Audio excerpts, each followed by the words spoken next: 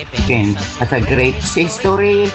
According to our geography, Manila is the capital city docking point from the other country.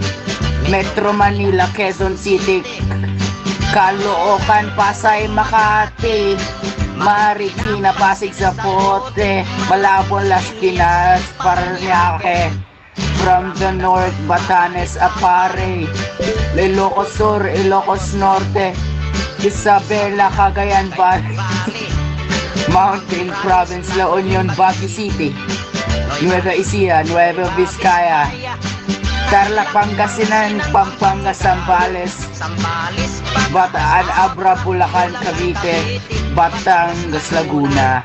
Now let's go to other Southern Luzon, Camarines Norte, Quezon, Albay, Camarines Sur, Butang, Caguanes, Masbate, Sorsogon, and we add 3 islands more, Mindoro, Romblon, then down to Visayas Shore, famous to sugar, coconut, and corn, and yeah. Cebu, Magdamagway, Bohol, Samar, Leyte,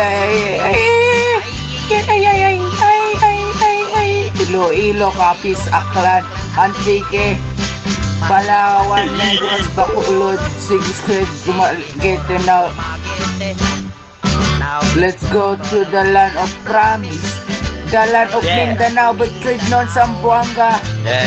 Putang ina, Misamis, Mambakabutuan, Agusan, Surigao, Cagayan de Oro, Iligan, Uzamis, and the 3 province of Davao, Davao del Sur, Oriental del Codata, Bato, Lana, Usulo, Tawi-Tawi, Philippines has a great history. Manila is the capital city. All tourists are invited to see. According to our geography, Philippines is a beautiful country.